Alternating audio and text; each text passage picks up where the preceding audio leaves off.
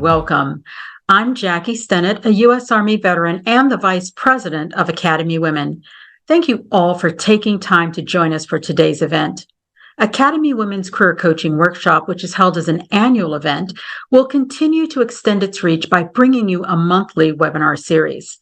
As with our annual career workshop, which will be held in 2024 on April 11th as a hybrid event with options to attend in person or virtually, the monthly webinar series will provide insights from subject matter experts and thought leaders who share their knowledge on a broad array of topics designed to support the professional and personal development of military leaders in every branch of military service and every duty status from across the United States and around the globe. For those who are in or considering a career transition, be sure to stay tuned until the end of today's webinar, where you will have the opportunity to connect directly with a member of Los Alamos National Laboratory's talent acquisition team for a Q&A group session. And throughout the month of December, you will also be able to learn more about Los Alamos National Laboratory in Academy Women's new virtual engagement center powered by the generous support of Leidos. The Virtual Engagement Center is an always-on platform where members of the military community can gain access to important resources and connect through asynchronous text, audio, and video chats with top-tier military-friendly employers like Leidos and Los Alamos National Laboratory. Los Alamos National Laboratory first stood with Academy Women in support of our mission in 2021 and has stood with us every year since. And now we are pleased to welcome them as our presenting partner for today's webinar. Thank you, Los Alamos National Laboratory, for your continued commitment to military women and the military community. A special thanks goes out to Michelle Mazanik, who is a military spouse and the veterans recruiter who works diligently behind the scenes at Los Alamos National Laboratory to ensure military members are supported as they transition into meaningful careers subsequent to their service. I did want to have an opportunity to talk to you. My husband is a retired submariner, and when he retired in 2004, he did not have this opportunity to explore different careers. And so he defaulted to the company that built the components for his submarine. It wasn't until he realized, he assumed that the lab needed PhDs and scientists, and it never dawned on him that they needed technical workers, program managers, project managers, and so much more. So my husband and I moved here in 2018, and it has been an absolute game changer for us that we have loved every minute of being here. So I just wanted to take this opportunity to plant a seed with you. And a lot of you are probably thinking, Northern New Mexico, what the heck are you talking about? But part of my sales spiel is we're not the Breaking Bad of Albuquerque. We're up at the foothills of the Rocky Mountains. Yeah, I don't know how many of you have seen the Oppenheimer movie that's been out, that our history, we exist because of World War II, and we are the creators. Oppenheimer did his work here. We were an Army base, and he came over and took it over to do his research, and that is the genesis of why we are what we are. This laboratory is a special place. Perfect. You can find scientists in almost every discipline. The nature of the technical questions that we have to answer as a laboratory almost always go beyond any one discipline. Los Alamos's role is to apply the principles of science for the betterment of mankind. The beauty of this laboratory is that we're able to attract some of the most talented people in all fields from all over the world who come here and make contributions to the central part of what we do as a laboratory, helping make the world safe. What's special about Los Alamos is this collection of highly talented and highly passionate scientists. It's that passion that's actually the heartbeat of what the laboratory is all about. It's not enough to be really good scientists. You have to understand the mission itself. When you think about the complex problems that we need to solve for the nation, these are not easy problems. We love the impossible problems here. Principally, the mission of this laboratory is to provide the capability to maintain a balance and a deterrent through nuclear weapons and through understanding the nuclear postures of others. The best war is the war you never fight. What nuclear deterrence is about is ensuring that anyone who might choose to challenge the United States will be met with an overwhelming response they simply can't endure. The lab is huge. It's extremely complex. It's the complexity that the lab has that allows us to solve problems that no one else can. We have accelerators. We have places where we can do explosive detonations. Environmental test chambers, crystal synthesis labs, Scientific instruments, unlike those anywhere else in the world. We've had over the course of our history some of the fastest computers in the world. all of that is being used all together every day. In fact, there is nowhere else that can bring the facilities to bear to understand the problems that we confront today. None of that is really effective without having the people in those facilities doing the science and technology. I think the people that are at this laboratory today are all essential to accomplishing our mission. No matter what they work on, everybody counts. People really are proud of being able to support the mission of the laboratory. There's no place better if you want to make a difference. Our children have not had to experience warfare on a global scale for over 70 years. It's a tribute to the work that the people of this laboratory do every day.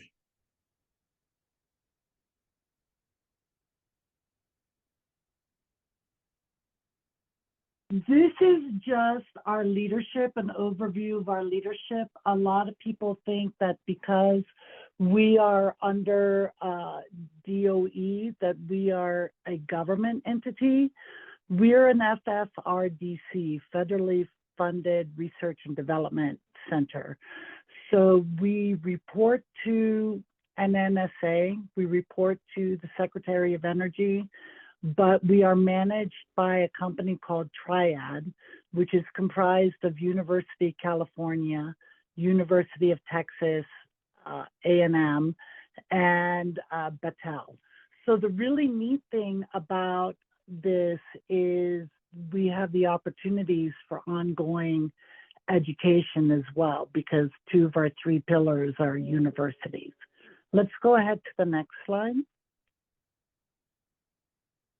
Okay, on this next slide, you can see the world is obviously at a state of unrest, which is again why we exist with our nuclear deterrence and our science and our research to further enhance national security.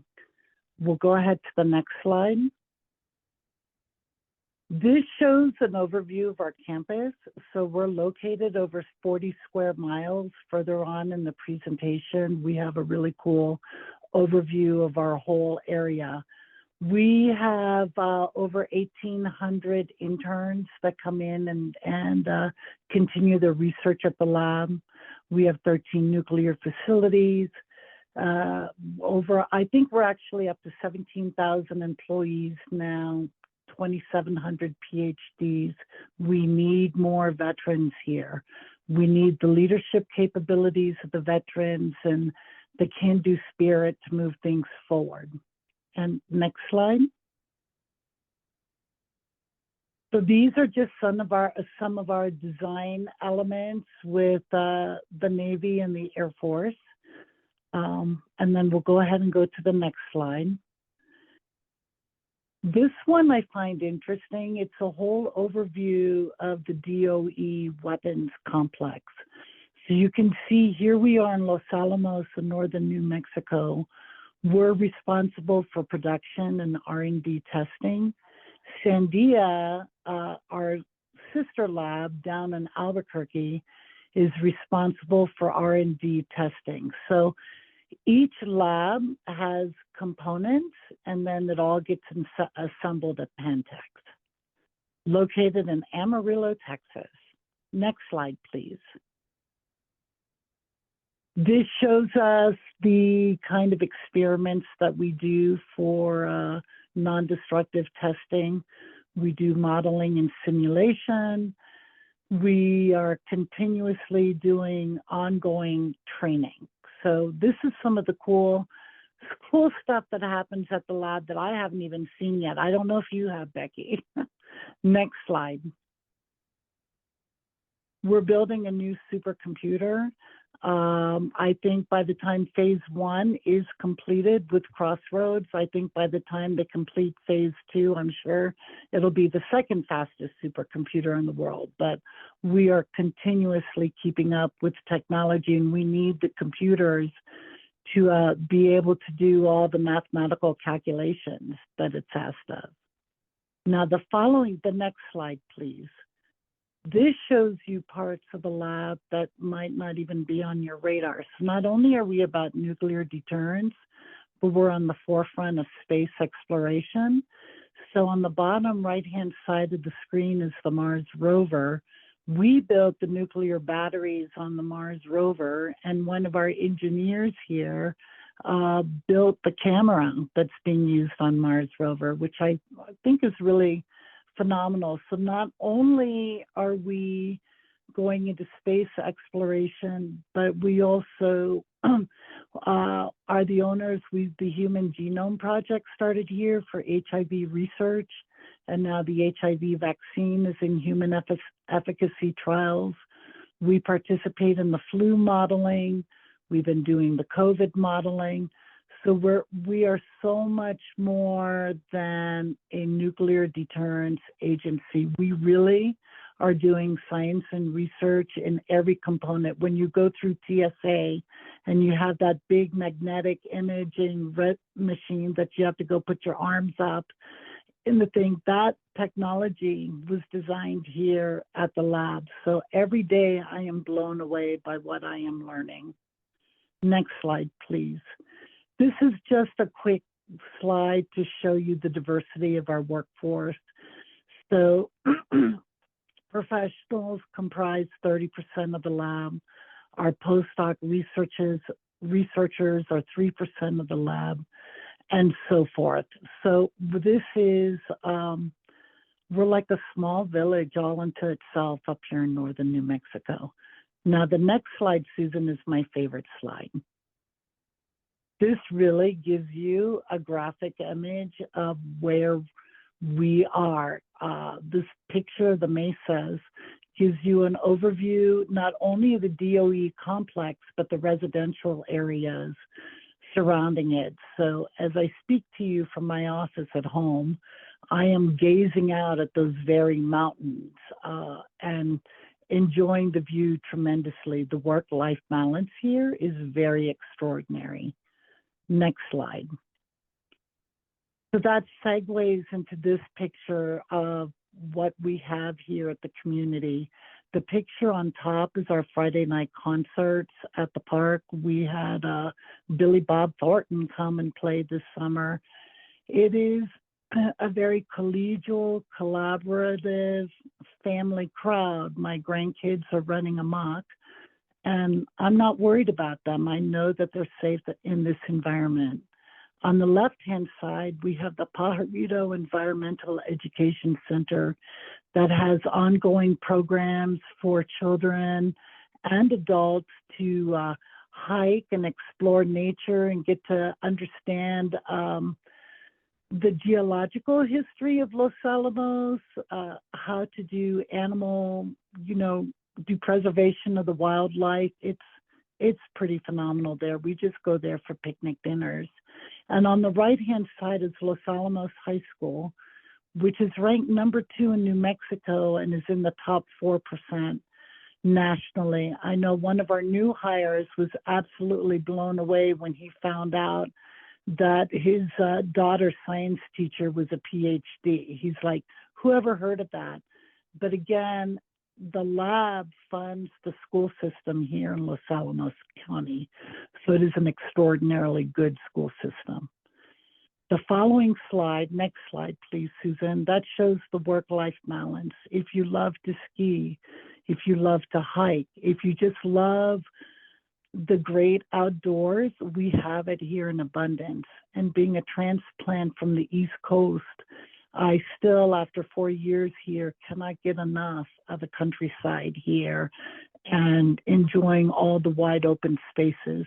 We literally have hiking trails crisscrossing every neighborhood here. So on those days when I'm frustrated by my husband, I grab the dog, I go out the front door, I go for a hike, and within 10 minutes, I'm walking along the edge of a canyon, just marveling that this is my new hometown. And then the last slide. I did want to talk to this about a little bit. This is our military skills translator that is powered by a team of veterans. What you do is you put in your designator, your education, and your background, and the algorithm will line up our current job openings that mesh with your background. So if you don't know kind of how you fit into the lab or where you would fit in, this is a really phenomenal research tool to kind of understanding our job descriptions and going, oh, is that what that's called? I'm kind of intrigued. So that's it's a wonderful algorithm. It's a wonderful tool and one that I'm very proud that we have.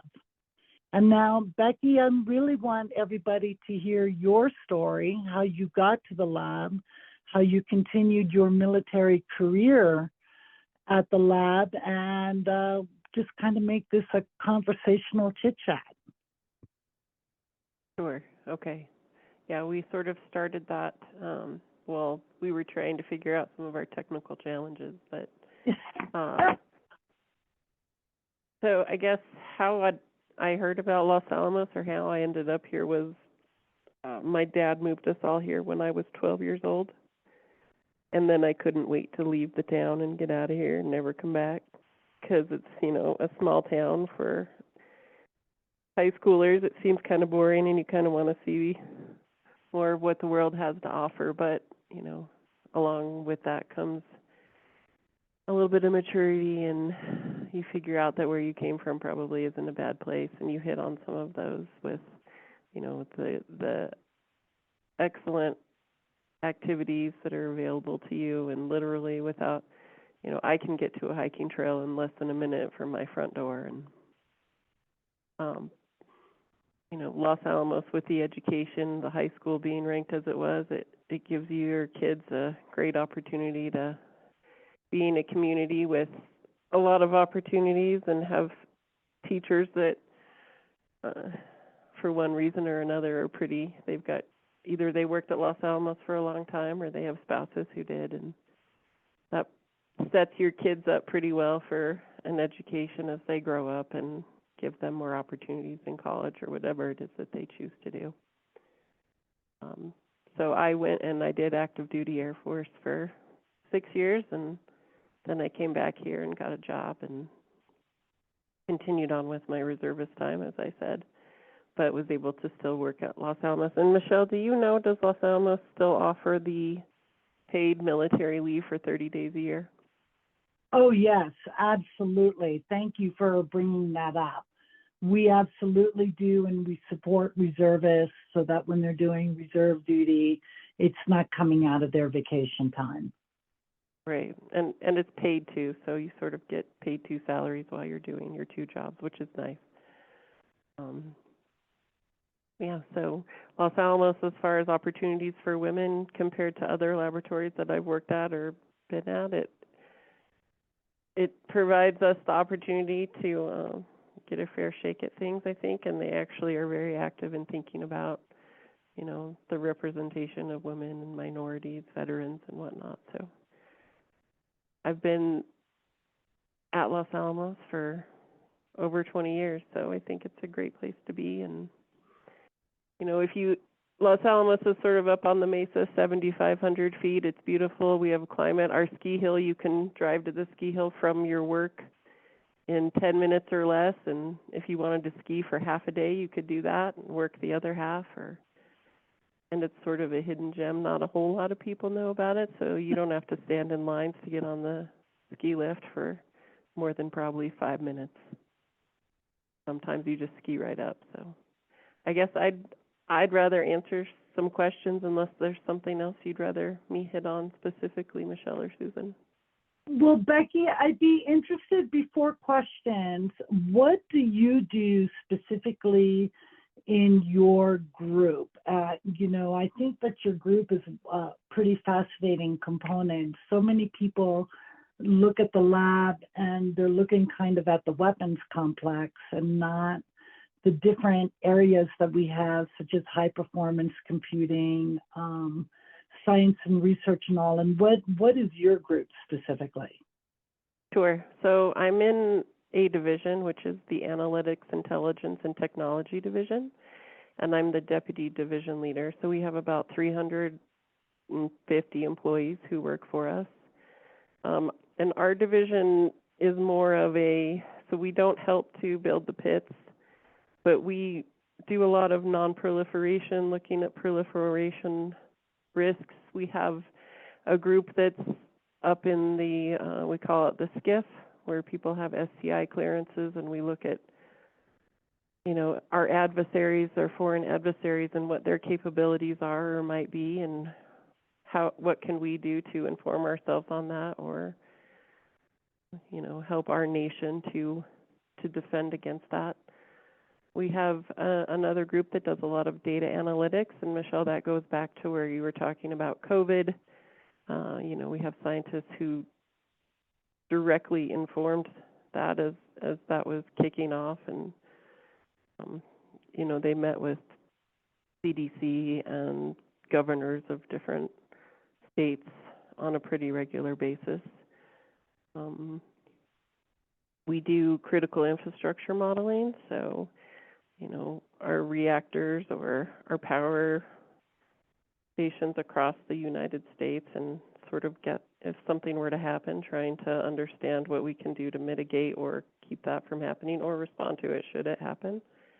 We do fire modeling, so a wildfire, for example, we look to see how people handle that and what we can do to mitigate it or deal with it should it happen.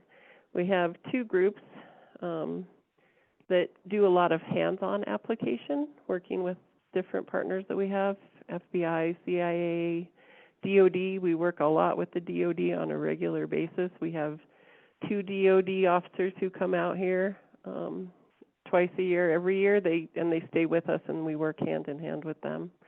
But they do things like radio frequency design and analysis, mechanical design, electromagnetics, and those two groups they're kind of fun because sometimes our customers come and they say, hey, we have this problem and we need to solve it, but we don't know what to do.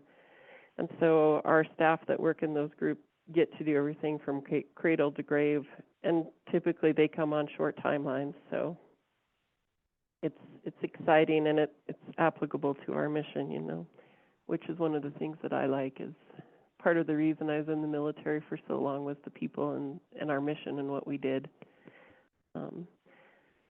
And a lot of stuff people don't ever know that we really do, and so we can continue that thread in my civilian job of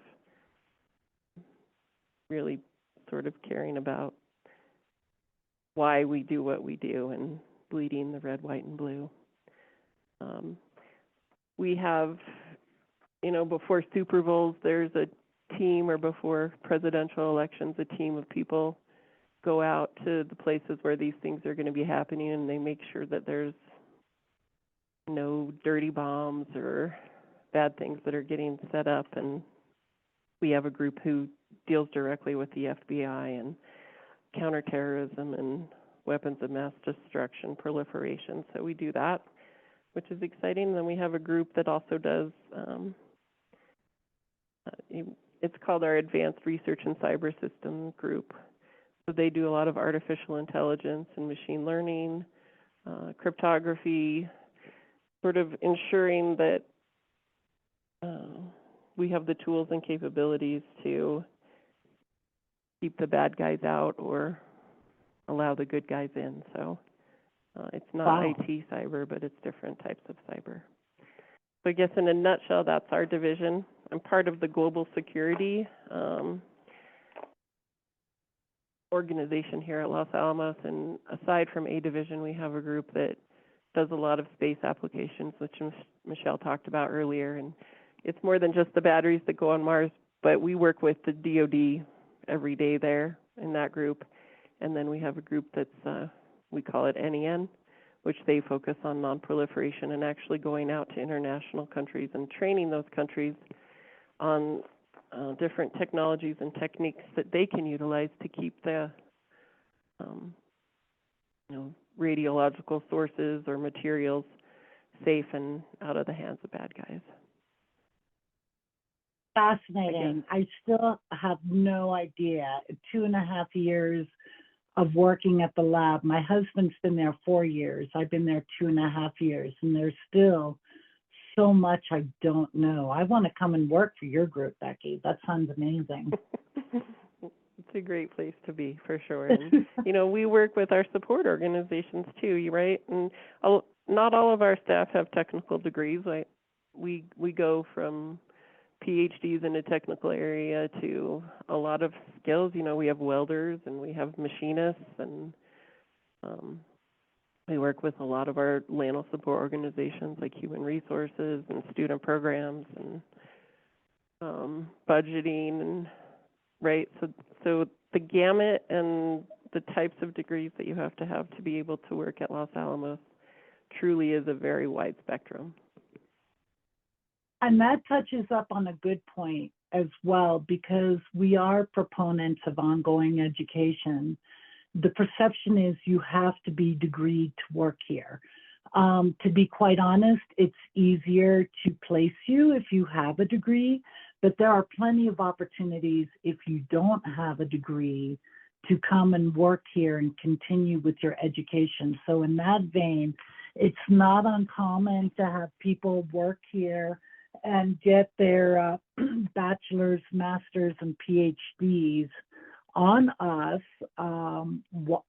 while they are working at the lab. So that kind of segues. Are there any questions from anybody? As I said, I'm sorry you can't see my face. Technology is not my friend today, but I really wanted this to be kind of a chatty webinar where you could ask your questions as well, and we're here to answer them. Great. Well, we do have a question that has come in, and I just want to remind all of the viewers that you can ask questions through the Q&A feature as well as through the chat. And I can go ahead and ask the questions of our team and our presenters so that they can address them. So the first question, do you need a security clearance and/or deep background check to work at Los Alamos National Lab? No, we will get that for you. So you do not need to come with the security clearance in place. I'm an example. I'm a trailing spouse. I've been a trailing Navy spouse and never had a clearance in my life. And I thought I was hot stuff the day I finally got my badge at the lab. Can I add to that? I will, if you do already have a clearance in the military and we work with you prior to you departing the military, it makes it a lot quicker and easier to transfer that over while we get so the DoD and the DOE get separate security clearances. It's the exact same process. But if we can pull your DoD clearance over here first, it helps us too. So if you do have one, keep that in mind. So like Michelle said, you do not have to have it. And if you are unfamiliar with DOE clearances, and Becky, please correct me if I'm wrong, an L, a DOE L is equivalent to a secret clearance. A DOEQ is equivalent to a top secret clearance. All right, we have a question from Aaron. Do you offer assistance with relocation? Great question. Heck yes. Our relocation package is as comprehensive as a PCS move. So we will, and if you own a house currently, we will pay your realtor fees to sell your house. We will pay your realtor fees and closing costs to buy a house. Up here in Los Alamos, you have 2 years as a new employee to do that. It is the most comprehensive relocation package I have ever seen. We will write you a check for $5,000 just to travel cross country for the inconvenience of having to drive cross country. We will put you up in a hotel room for 60 days while you go house hunting. It is an extremely, we will even, if you own a boat or an RV, we'll move that here as well. Though a boat might be, you might want to trade the boat in for skis, but we will relocate extra cars, RVs, motorcycles, pack you up and bring you here. It sounds amazing. A kind of a follow-on question: are all roles on site, or do you have any remote opportunities? So Becky is probably more familiar with remote opportunities than I am. The politically correct answer for me to give you is, due to national security and the nature of our work, 99.9% of our roles are located on site. As my husband explains, you can't bring plutonium home to work on plutonium. With that being said, however, as an example, I'm in HR, I am an admin, I am a teleworker, and my counterparts are located all around the country doing telework. Some of our IT positions are telework. Becky, based on what your group does, your division does, I'm assuming that most, if not all of your roles would be on site. Would that be correct? Yeah, all of our roles are on site, and most of, I would say, 99.9% of our staff have clearances of one kind or another, usually Q. Some have the higher level SCI, which, if you work in a SCIF environment, that's what you'd need for that. We do provide, sometimes if you don't have a job that requires secret or top secret work all the time, you can work from home sometimes. So we try to be flexible, but I guess the other thing with global security and where I work is it's similar to the military, where you're a family, and so people understand that stuff happens sometimes, and as long as you're talking and getting your work done and doing a good job, we're pretty flexible. So another question, Jill, you can speak probably very directly to this. Are there spouse opportunities for those who do take jobs with Los Alamos National Laboratory? Are there what opportunities? Spouse opportunities for spousal employment. So can your spouse get a job? Yes. We love dual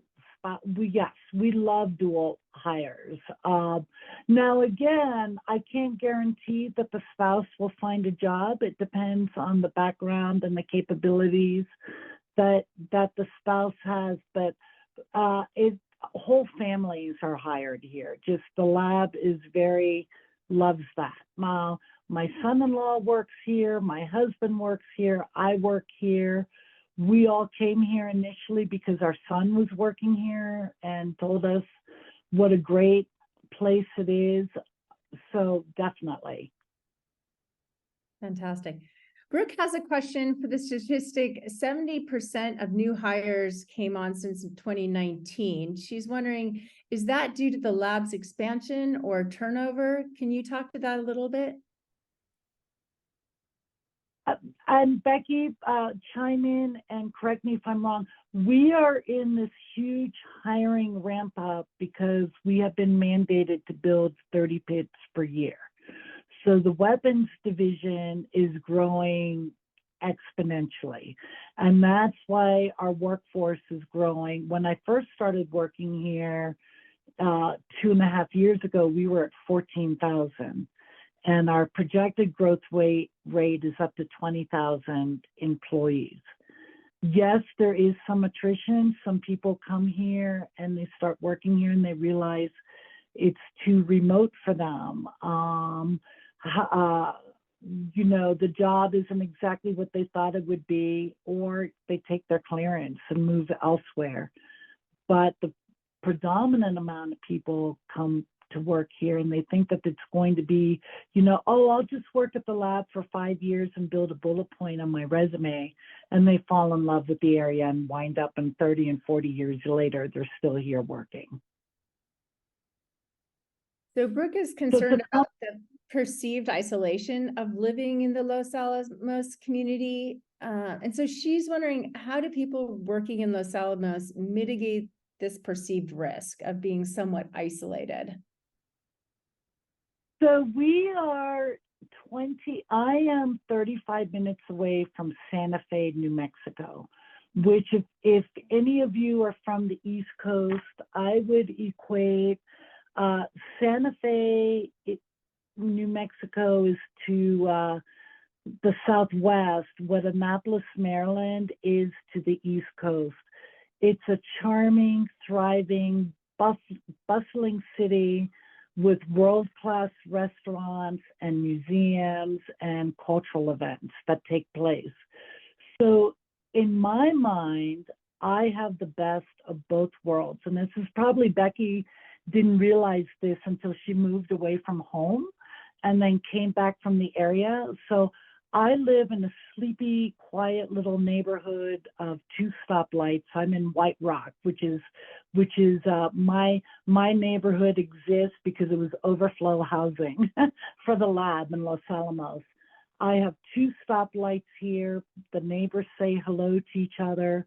My grandchildren live 3 miles away from me and they can safely ride their bikes here to my house without any of the parents or the grandparents freaking out. But when I need to get my shopping fix or go to TJ Maxx or Home Goods, get my hair done, go to Sam's Club, it's only 45 minutes away in Santa Fe, New Mexico. For my recruiting trips, I fly in and out of Albuquerque all the time, which is a big city, and that's where Sandia is located. It's only an hour and a half drive, driving at 85 miles per hour through open country and beautiful blue skies. So I was a very urban girl living in Annapolis, and I don't miss it one bit here. And Amazon delivers all the time. The UPS man and I are on a first name basis. That's fantastic. All right. So can you speak a little bit to the hiring timeline? Jessica is wondering, she's available around April. When would you recommend starting the application process? Now. Yeah. We are, do you agree with that, Becky? We are. Yeah, absolutely. Sometimes our job openings are open for 6 months, and our hiring managers are so busy with their jobs that they might not even begin to review resumes until the end of that 6-month period. So the hiring process can be a bit cumbersome because we are bureaucratic. So, and I always advise, adding to that, don't put all of your eggs in one basket when it comes to looking at jobs. I think it's important that you apply to any and every job that resonates with you and makes your heart sing. Can I say something about the LANL job process, the application process? Please. Yeah, so not all jobs at Los Alamos require you to do a cover letter, but if they do say in the application that they want you to do a cover letter, it's best to do a cover letter that answers each of the required job skills that they say they want. So, you know, if it says they want you to be able to type, say, I can type and sort of a sentence of how I can prove that. Just because it helps the hiring managers and human resources when they do the first cut of all the applicants to say that you truly have the skills that they're looking for. Fantastic. And that is absolutely, thank you for bringing that up, Becky. It's almost like a test, y'all. If you look at our job postings, read all the way through the job postings. There'll be a section towards the bottom of the description that says note to applicants. And it will either say things like, please include a detailed resume or a detailed cover letter. If a job requisition asks for a cover letter and you don't submit one, you're disqualified because you kind of failed the first step, which was attention to detail. Also understand as you begin this process, and this is where I can be your advisor and help. It's best for these jobs, one resume does not fit all. So if there is a job that does not ask for a cover letter, but asks for a detailed resume, make sure that your resume is hitting all the marks that's being asked of you in the required minimum and desired requirements. That's really helpful. So Sarah's wondering, is there a veterans preference option in the hiring or selection process?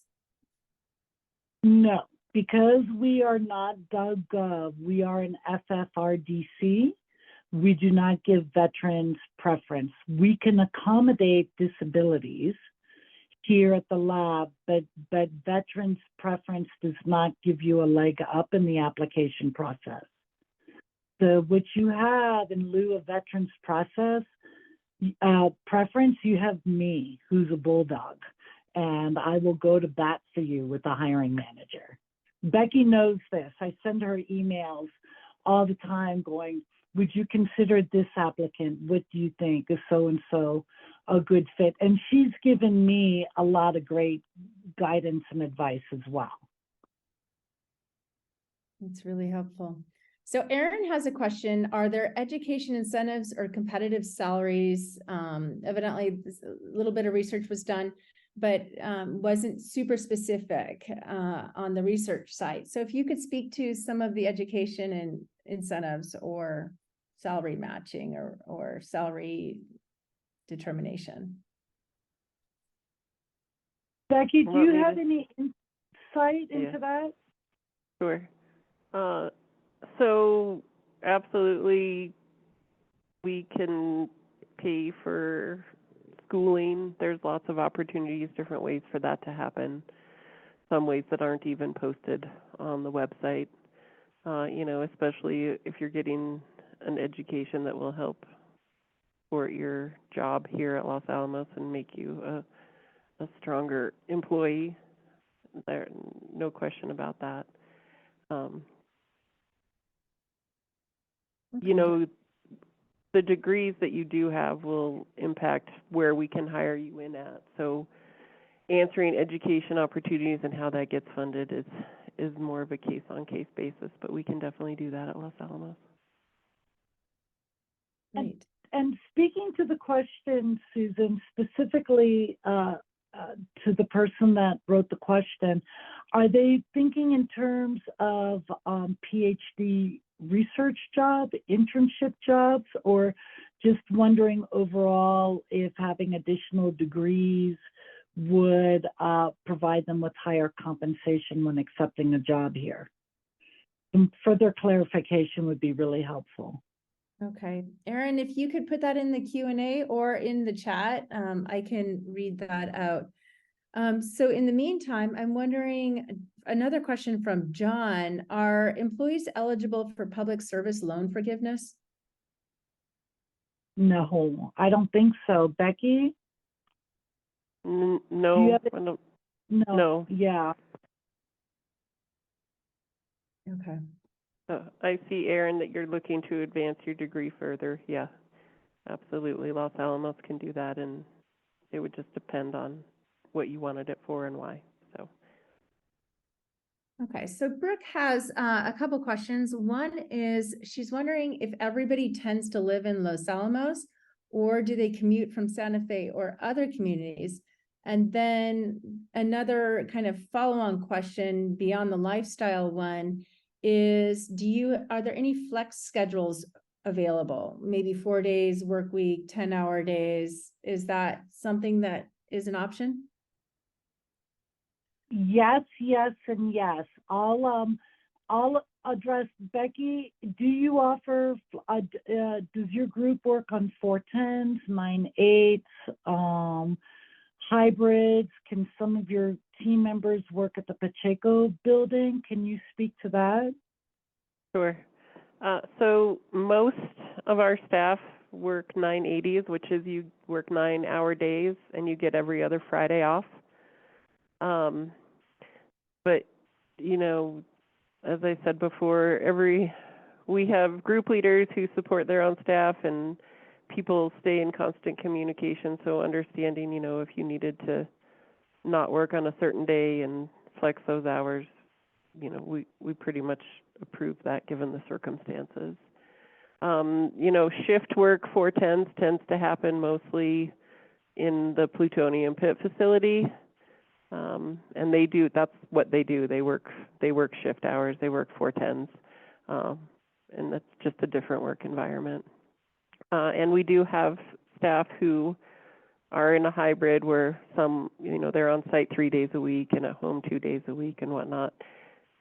It completely depends on where you work at Los Alamos. You know, A division we're scientific R&D and hands-on, and a lot of it's classified work, and so you really have to be here to do it.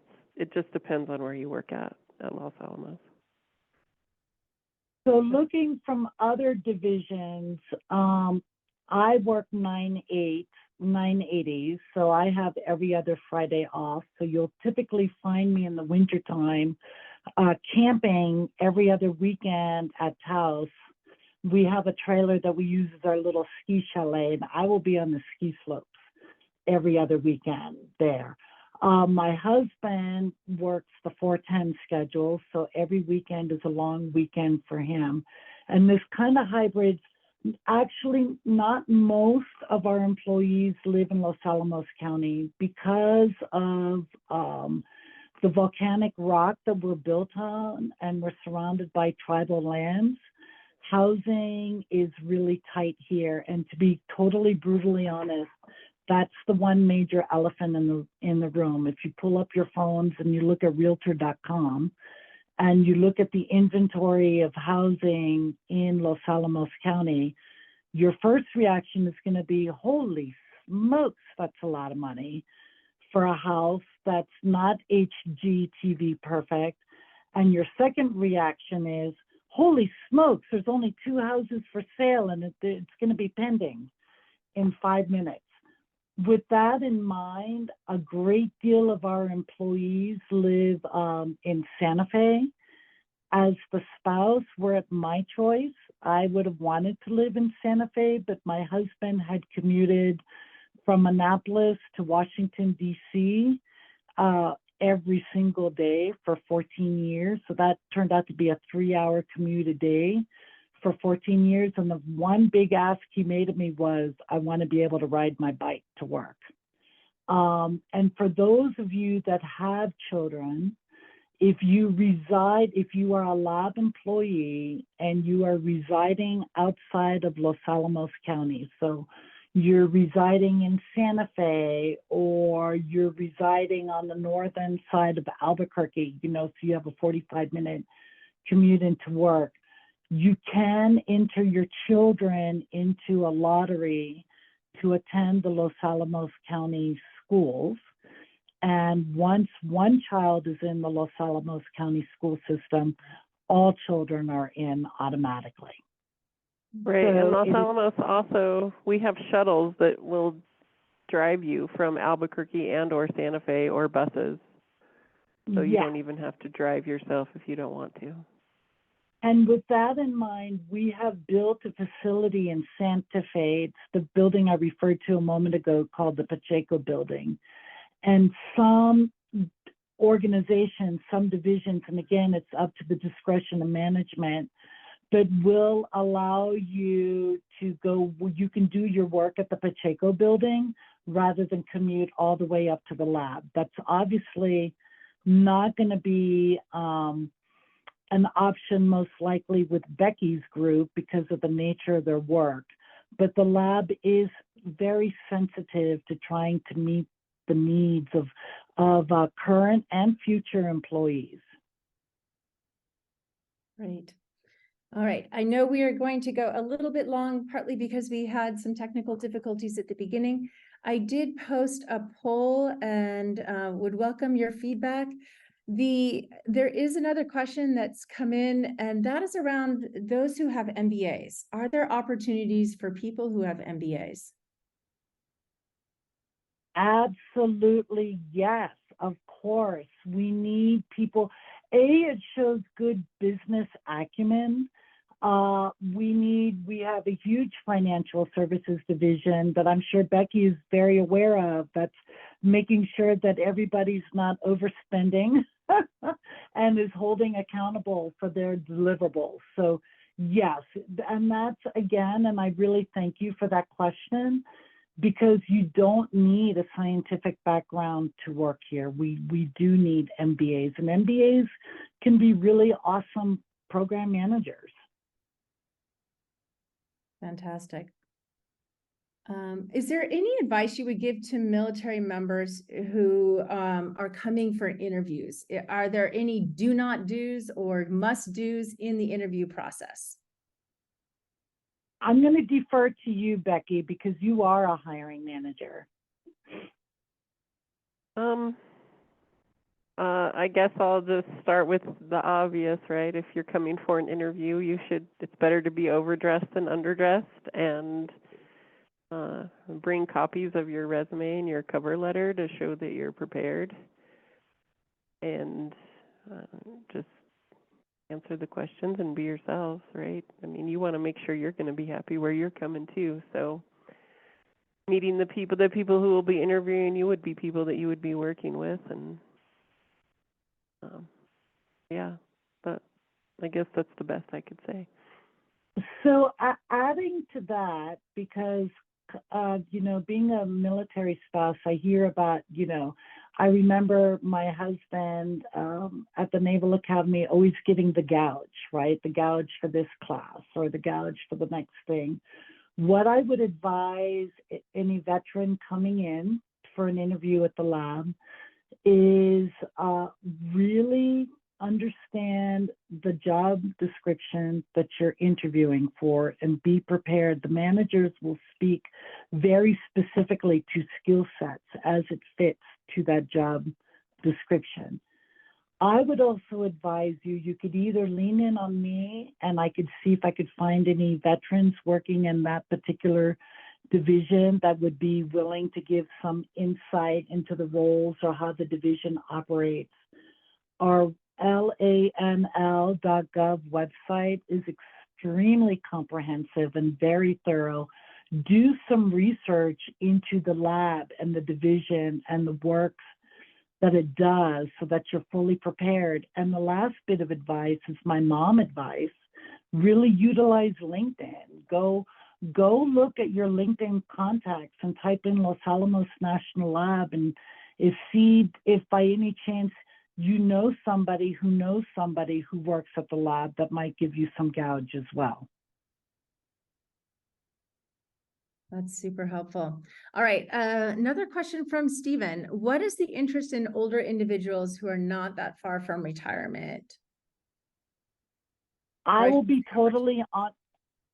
You can't see my face, but I am 61 years old, and I was hired at the lab as a 58-year-old woman to run the veteran recruiting program. I'm going to be blunt, honest about it.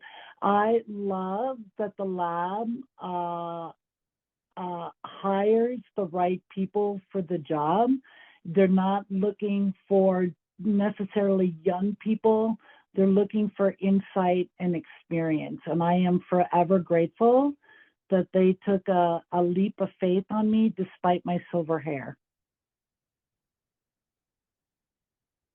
Well, I think it's been a great fit. All right. Well, if there are no other questions, I am going to thank both of you for joining, and thank you also for your patience to all folks, those viewing as well as our team presenting. But I think it's always a new day with technology. So thank you all for your patience. Yes, All my right. my sincere apologies. I was inept and unable to chime in, but I am delighted for this opportunity. I thank all of you for hanging in with us, and I'm just really excited to talk to you about further opportunities if you're interested. And we did have your contact information on the screen for most of the question and answer periods. So if anybody still did not get that information, please contact us directly and we're happy to share that. So thank you for being so accessible, Michelle, and Becky for being so honest and authentic about, really what it is to work at Los Alamos National Laboratory. It sounds like an amazing opportunity. So I'm grateful for Becky's time too as well. Thank you, Becky. Sure, absolutely. Hopefully someone will reach out and we'll make this happen. Fantastic. So we are going to post more information about Los Alamos National Laboratory on our virtual engagement center for the month of December. So please go ahead and join in there, and you can ask questions and we can follow up with the person who would be appropriate to answer that question through this virtual engagement center. So please go ahead and find more information there or post your question there, because it is an amazing resource brought to us by Leidos. And our next webinar will be 25 January 2024. We'll be speaking with Deloitte about opportunities in the consulting world and potentially exploring a career in a slightly different angle than Los Alamos National Laboratory, but interesting nonetheless. So beyond our January webinar, we have our career coaching workshop, which is going to be held on 11 April, followed by our annual Officer Women Leadership Symposium. And both of those events are in Arlington, Virginia. We will offer virtual options. So both of those events are hybrid events. And for the 11 April event, you will have an opportunity to connect with different companies and organizations such as Los Alamos National Laboratory. They've been exhibitors with us for the past couple of years. So you'll be able to meet people who are working there, talk to them about their experience and learn a little bit more, ask more specific questions, and then also learn about potentially how to position yourself to be successful in that employment process. And then again, the Officer Women Leadership Symposium is an amazing event where we focus on leadership discussions and just insights around a community of professional development. On that note, I'd like to say thank you to all, and we look forward to seeing you again at a future event, and wish you all well and safety through the holidays. So thank you, and we'll see you all again soon.